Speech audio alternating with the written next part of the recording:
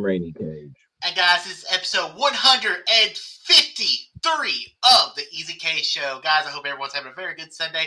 Getting ready to watch some Sunday afternoon football, because I'm probably not going to watch no Sunday night football because the game's crap. What is the game? I think it's crap. It's the 49ers and maybe I think the Lions or something.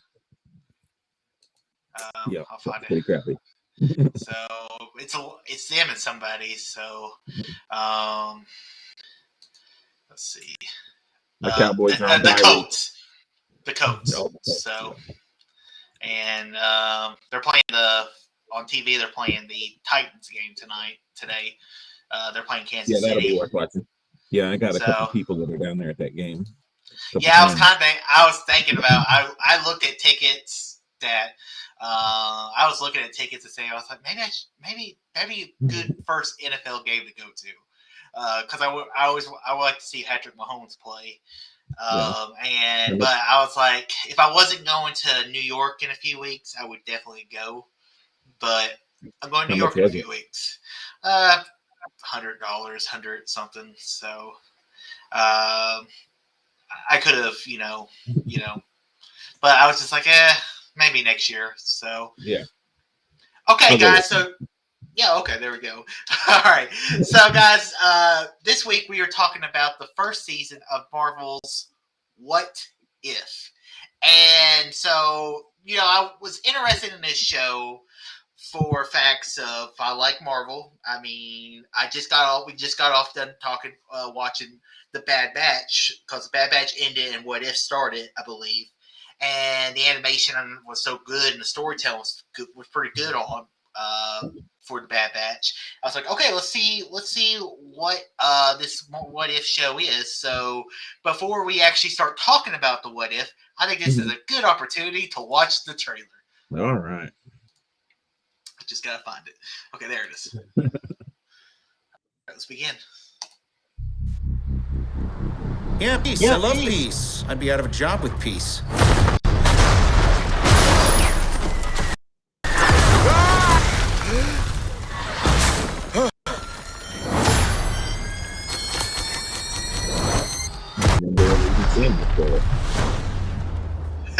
Do we know each other? No. No, you don't. I'm gonna kill you. Spoilers! Reality.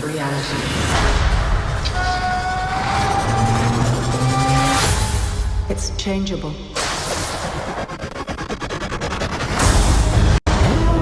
Where you want to be? That's the question, isn't it? Every universe is different. Each one unique. Slow down a little bit. There's a few people in the room that don't understand. Not me, I get it.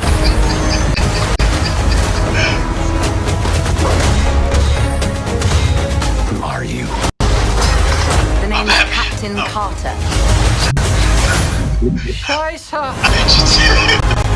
I am the Watcher. I observe all that transpires here, but I do not, cannot, will not interfere. I guess I have to freestyle then. Hey! We have you outnumbered. A Ravager never flies solo. I said never flies solo. Is that some kind of catchphrase?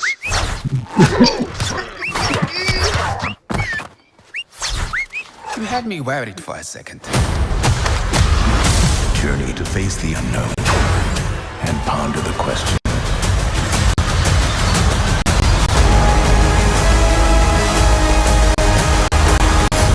What if?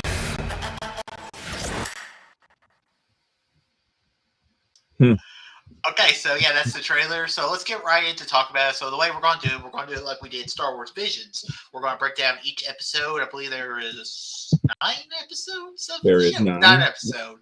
So before we start, I want to talk about the little intro thing with Jeffrey Wright. Mhm. I believe that's the guy's name. I love Jeffrey Wright. Maybe it's just because we just walked out of No Time to Die, and I like the intro where he's like time, and at the end, and he's like, "I am the Watcher. I am your guide for your possible all these things." And it's also cool because he's going to be playing Gordon in the Batman movie. So I'm kind of I'm interested to see that next year. But let's get right into talking about these episodes. So the first episode was your favorite episode.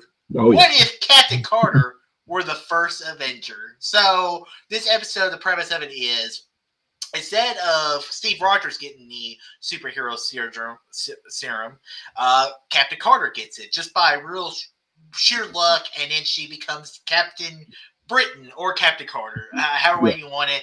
And the story is basically the Captain America First Avenger movie. You just take him out of it, and she's the hero of the story. So, what were I know you love the first Captain America movie. It's one of your all-time favorite Marvel movies. So, Yes. what's your thoughts of the first episode? My least favorite Marvel movie of all time, redone almost exactly. There's not a whole lot of different in it, really. Well, except for the big technical monster that comes from the Ender portal. So because they basically get the Tesseract away from Hydra, so it does change the plot a little bit. Not much, but a little bit. Was not a fan. This was not a good episode, in my opinion, to start it off with. And before we even get into further storyline, I will say that my biggest gripe with this whole thing was the animation quality. I don't know who they have doing it, but it looks cheap and I don't like it. And every time I go to watch this, even just when we were watching that trailer, I was like, oh, it's funny. Oh, there's some cool storylines in here. But I was like, man, does it look like crap? I mean, it is like some of the worst animation. I thought it got better as the show went along. I think you're just getting used to it. Oh, okay. Maybe that's it too. I mean, it's like you said, you put this up next to like Bad Batch. I mean, it looks like a third grader did this show. But anyways, yeah, I didn't like it because I don't really like that first Captain America. I didn't hate it. None of these episodes I hated. I didn't hate it, but it just it didn't get me sunk into it. I didn't really like. I really like Peggy Carter's. I really like Peggy Carter's the character that was one of the really. I never watched the show either. Did you watch? I watched about 4 episodes. Really liked her. I like her. I like Haley Atwell, and it's cool that she's some of the actors come back to voice the characters. It would have been cool to see Chris Evans and Robert Downey Jr. come back to voice their actual characters, but they didn't. But I really liked seeing her as this kick-ass woman, because she was already a kick-ass woman in her own rights. And it's funny though that you can literally because there really isn't much going on in the first Captain America movie, but you just integrate her as Captain America, and it really changes the story. No way whatsoever.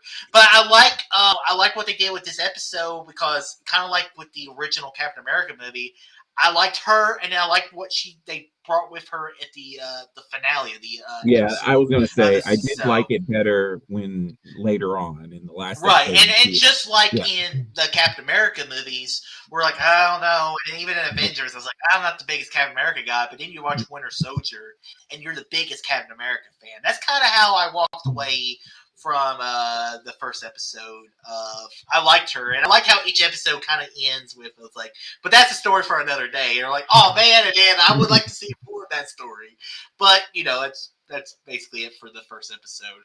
So let's move on to the second episode. Is what if T'Challa became a Star-Lord? What did you think of this episode? This one was a little bit better because it was different. At least we just didn't take Guardians and just recreate it with T'Challa in it. It was. I remember when they first they're like all in the bar or whatever, and Thanos shows up and is on the team, and you're like, oh, okay. But yeah, I liked it. I didn't love it, and I was like, I don't know if I'm gonna like this show, but it was definitely better than the first episode. Yeah, I really did enjoy this episode, and mostly because it was something very different. And I liked how it's completely different I love T'Challa first off, and it was the last time we'll ever hear Chadwick Boseman as the character of T'Challa - Black Panther. And I really like what they did in this episode where he becomes Star-Lord, but he's completely different than the Peter Quill Star-Lord that we saw in the Guardians of the Galaxy movies. And I thought this was badass watching him just completely be a different character. Like I like I'm flash forward to the end of the show. But like whenever he says like, "Oh, I can steal the Ultron's eyes," and Killmonger's like, "I can't believe you're my cousin," or it's like, "You are definitely my cousin from a different universe." So I really like that stuff, and I really like the relationship between him and Yondu, and I like the Thanos stuff being voiced by Josh Brolin. He says like, "Well, no, it is efficient." So I did really enjoy. I liked this. It was probably one of my favorite. It was probably my second favorite of the solo episodes, other than the final team up episode. Yeah, I like the relationship between him and Yondu. It's almost a little bit better, and he was not as goofy as Chris Pratt's Star-Lord. Yeah, I mean, it completely changes the tone of the character completely. Yeah. All right, let's move on to the next episode. What if the world lost its mightiest heroes? So this is the episode where it's basically set during the 3-day between the 3 movies of The Incredible Hulk, Thor, and Iron Man 2, which all takes place within 3 days of each other. And it was funny seeing some of the like the voice actors return. Like you could hear Mark Ruffalo as Bruce Banner / Hulk, and then Sam Jackson's there. But they're trying to figure out who's killing all the Avenger heroes. And they finally find out that it was Michael Douglas's Ant-Man, who I believe it was Michael Douglas actually voiced him.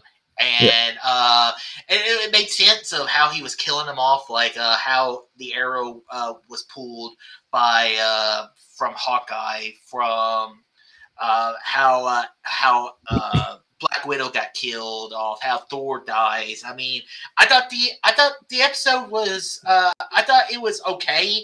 It wasn't my favorite episode, but I really like how it sets up at the end. Whenever it basically sets up Loki, he says, "Yeah, I'm taking over Earth now. I'm going to become king because I'm Loki. That's just what I do." I'm gonna be honest with you. I'm having a hard time remembering this one, so I don't know if that speaks to the quality of this episode or like I kind of remember. I remember the Hank Pym stuff, being a murderer and all that, but I don't know. I guess forgetful is my review of this episode because I can't remember it very well. Yeah, I don't know. That's all I can say about it, I guess. I guess I need to rewatch that one. Okay, so let's move on to the next episode.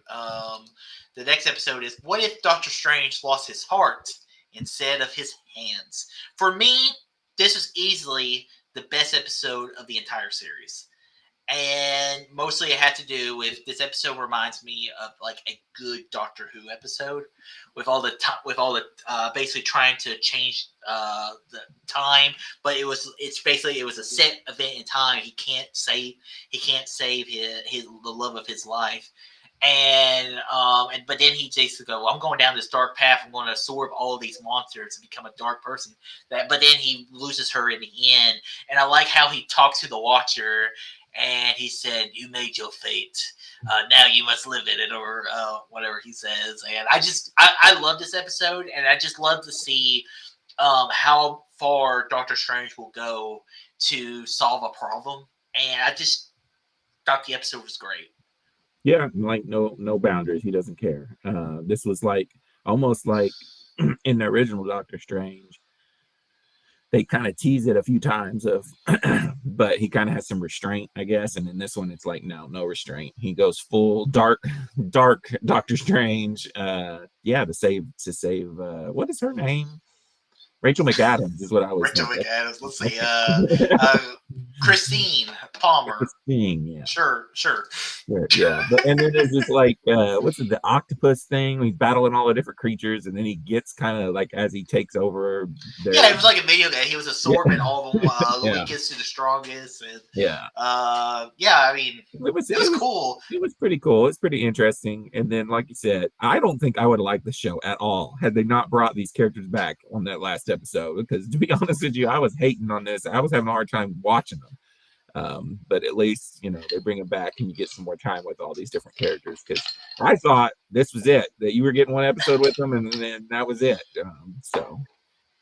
But yeah, it was pretty good. Okay, let's move on to the next episode, and that is What If Zombies? This was my favorite one. Okay, because it was dumb. It was dumb fun. Yep. Oh, okay. So this episode basically it takes place. It's in whenever they in Ant-Man and the Wasp, I believe, whenever they go to the Quantumverse. Instead of what's her face is the wife character, Mrs. Pym. Instead of her just being like, "Oh yeah, I'm fine, just going a little nuts over here," no, she's a zombie and brings them back to the world, and it basically takes place at the beginning of like Avengers: Infinity War, and all the people that have been affected with the virus still have their powers, and like the zombie Doctor Strange and his buddy, and then Iron Man and all that stuff, and then you had the zombie Captain America, and I like the little line with Bucky. He said, "Well, I guess this was the end of the line." So. Yeah, this episode was a little stupid at times, and I like the things with her and Vision. With Vision and Scarlet Witch, how Vision had basically, because he loves her, keeping her alive, just feeding him zombies, like chopping off bits and pieces at a time. Which is, it's funny because it's what will like we saw in WandaVision, what Wanda does without Vision, and now we get to see kind of the reverse of the effect, what Vision does without Wanda. So it was kind of interesting there. Yeah, it was very zombie movie with hints of Marvel thrown in. That's what I felt like. They went through all the things that we've seen in zombie movies before. Like you said, Vision taking care of an already infected Wanda, people dying that you wouldn't think would die. They're killing people left and right that are important Marvel characters that you're like, oh, okay. Plus, I just loved Spidey in here. I loved Peter Parker. Like he was funny, and this is the only one where we really get him, and it was just a fun time. And it was truly like a kind of a throwaway episode. Didn't really have anything to do with anything, but it was like, yeah, I like the relationship they kind of showed with the little love story thing between Spider-Man and Wasp. I thought that I was kind of like I wasn't really expecting that one. Yeah. So it was a little weird, but I kind of liked it too. So it was a good episode. That's all I got. All right, so let's move on to the next episode. What if Killmonger rescued Tony Stark? What if? Why was Killmonger out here? I don't. During this time, Killmonger was in the military, and so you can't remember the episode. I'm assuming it is. I just recently watched it too. No, I remember most of it, but I'm like, why was Killmonger hanging out in the desert when? Well, he finds out that that Obadiah is going to take out, and he just believes that he can use Tony Stark's genius and stuff to get back at the Wakandans, take out Black Panther, and then basically set himself up to become king of this new world and everything. And maybe it's just because I enjoyed the episode. I didn't love it, and maybe it's just because I love Michael B. Jordan as an actor, and I really like the Killmonger character, and really didn't think we'd ever see Killmonger ever again. So maybe it was just a little bonus. It was like DLC for Black Panther. Maybe that's a little bit of it. I like Killmonger in Black Panther. I like this story arc and his character and everything. But in this one, I was just kind of like, I don't know. Maybe he just like went a little too dark, or I don't Well, know. I just he went dark in the.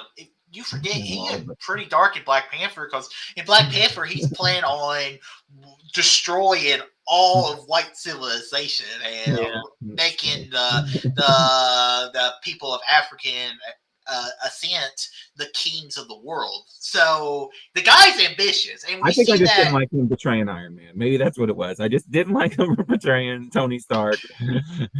But I don't know. I didn't love But this one. but Tony Stark wasn't the Tony Stark we were used to because Tony Stark has to go through that cave experience Yeah, to lose so basically he's his heart and to become the hero that he would become. So he without him going through that, he was just kind of still a pompous rich asshole at times. true. So I enjoyed this episode. I like at the end where you see Shuri and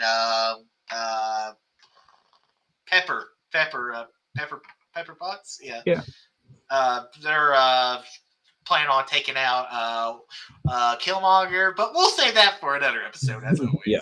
always. Let's move on to the next episode. Unless you have anything else you want to talk about. No, didn't particularly like that one. All right, so this is the episode coming up. It's the one I just was like, eh. I liked So, it. I liked what if Thor were an only child? And for me, it was a stupid episode. it. It is. And It's like the zombie one. this is the episode where I was like, I don't know about the show anymore. This is the episode that almost broke me, and I was like, I don't know if I want to finish the show out. I just But think you don't like luckily, Jane Foster and Darcy. Too well, much that's the Jane thing Foster though. in the I movie. like Darcy in WandaVision. WandaVision, but I Yeah, hated her in the Thor movies. yeah. And it wasn't her and them. It was just Thor going to Vegas and becoming a partier and having a Turns big the old whole planet city. into a party I like planet. the little thing with him and Loki, the brother from another mother. That's Loki's an actual frost giant. I like that stuff in the episode, but overall, this episode for me was very forgettable. I think I liked it because it was just funny. And I do like Jane Foster. But her character is so stupid in the movies that I'm just like, we need to get. Hopefully, they redeem her in Love and Thunder.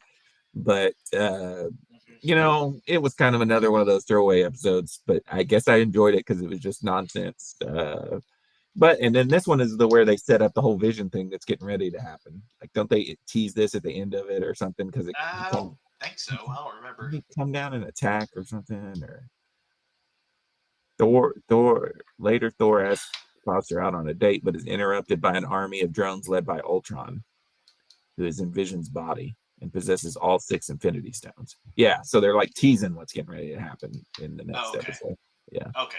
I do remember that. And I was like, what the hell is this? Like, I was like, what? I didn't even recognize that was Vision at the time. I was like, who is this? All right, let's move on to the next episode.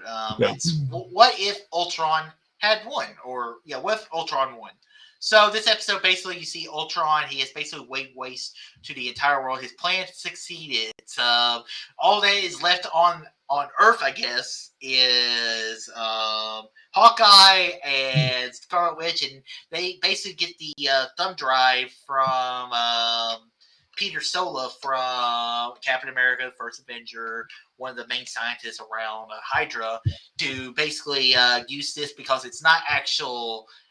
It's an artificial intelligence, but it's a different kind of artificial intelligence, so it can actually battle Ultron. But I like Ultron. He basically gets Thanos shows up, and Ultron's just like, damn, and then he's like, Infinity Stones, and then he just wages war on the entire and wipes out all life, period, in the entire galaxy. And then he just kind of sits there. But then he sees that he starts talking to the Watcher, and the Watcher's like, "Oh shit! Oh god! Oh no!" So maybe I'm gonna have to intervene now.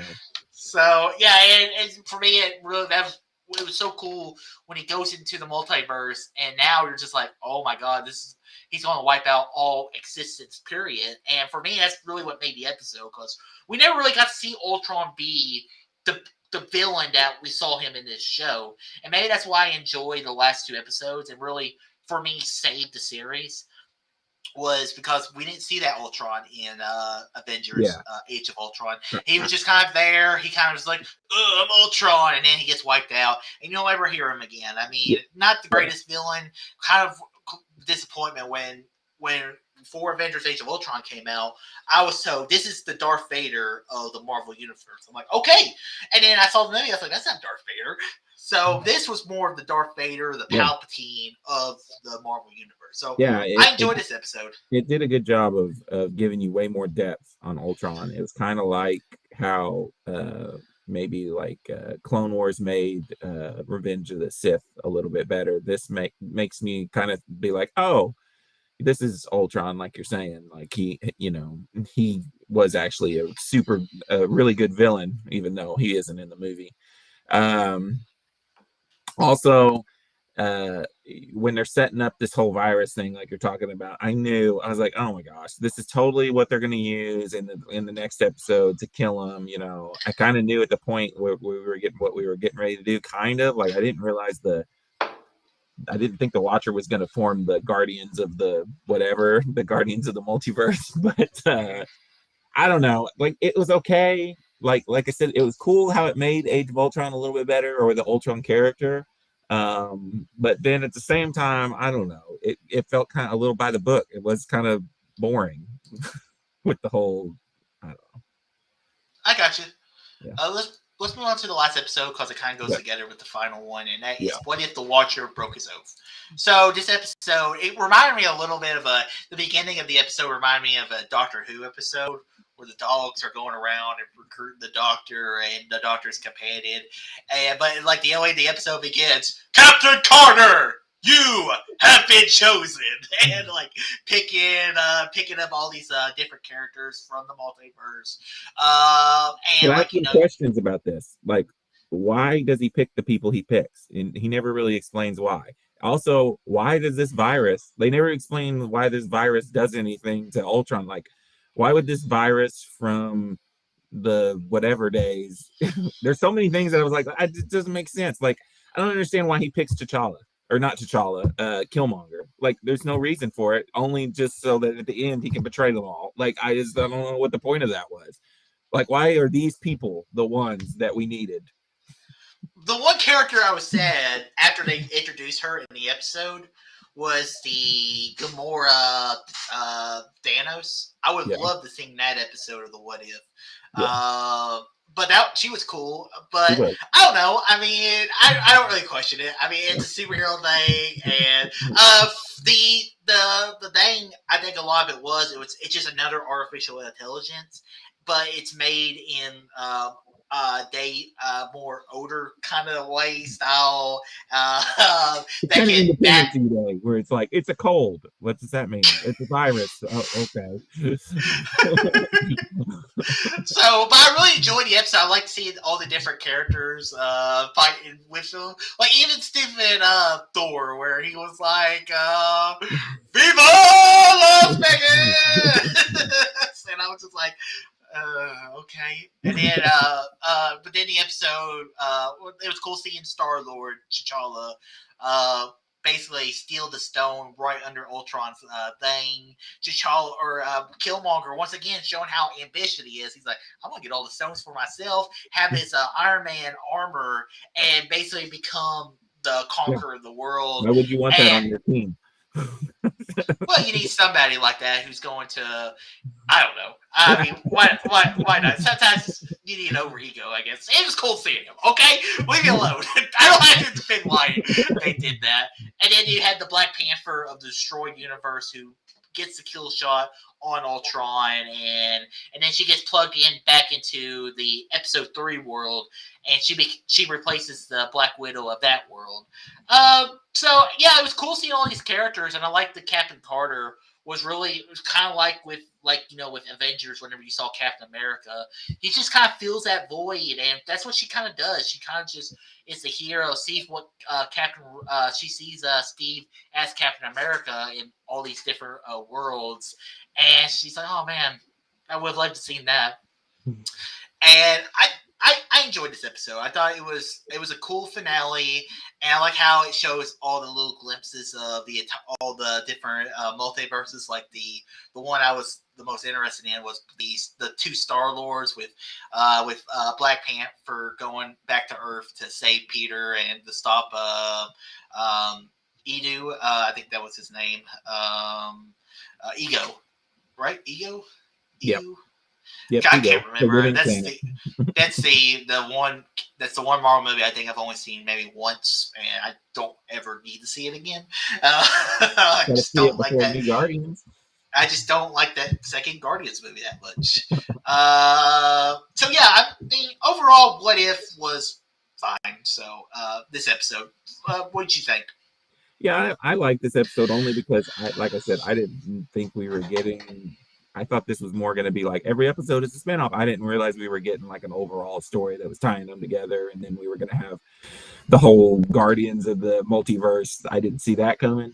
And like I said, I liked the like Captain Carter. Like I didn't like her at all in the first episode, but then when they brought her back and she was hanging out with Black Widow a bunch and their relationship, I was kind of like, all right, like that's kind of cool. But as overall, the whole show, I mean, I still hated the animation.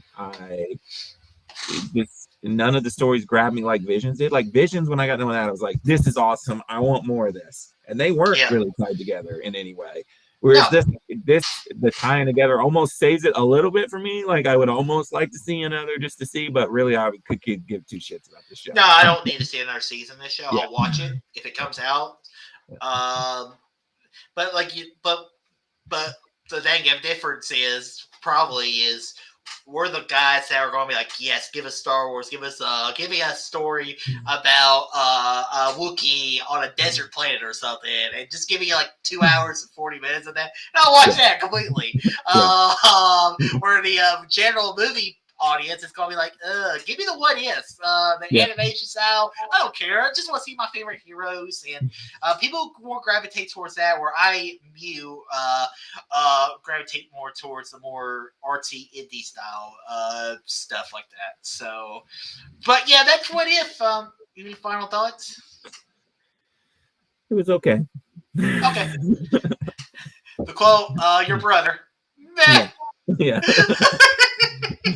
All right, guys, that is episode 153 of the Easy Case Show. Guys, make sure you check us out here every week on Sunday, maybe, I guess, on the Easy Case Show. Next week, we may finally watch Lord of the Rings Fellowship of the Ring. It's hopefully Rainycage is not back. doing November movies. Do it. I'm surprised they're not doing November movies. No, we'll do November the next week, because next week's the 31st, and then, well, I really don't. I'm gonna go ahead and call it right now. There's no way I'm watching Lord of the Rings this week. Well, let's see. I almost started watching Matrix last night. Nah, I'm not watching Matrix for a while. I didn't watch that yet. I watched it last year. I think I'm good on the first Matrix. We might do November next week. I don't know. We'll figure it out. Okay. So, because I had the schedule updated for when we were doing the episodes on Thursdays. Yeah. So, so it's a little off a little bit, but we'll figure it out. Anyways, guys. You can check us out here every Sunday on the Easy Case Show on the Dark Easy YouTube channel. We might talk about Lord of the Rings. We might talk about November movies. Who knows what we're going to talk about? Guys, make sure you click that like and subscribe button to stay caught up on all your Dark Easy YouTube videos. I will have a review of Dune coming out hopefully on Tuesday if I remember to upload the movie. Don't shake your head at me, Rainycage. Guys, you can also read Rainycage's letterbox. He just posted a review of Dune. I read a little bit of it before he messaged me. So, interesting stuff, I guess, if you're into reading. And yeah, so guys, until next time, all too easy.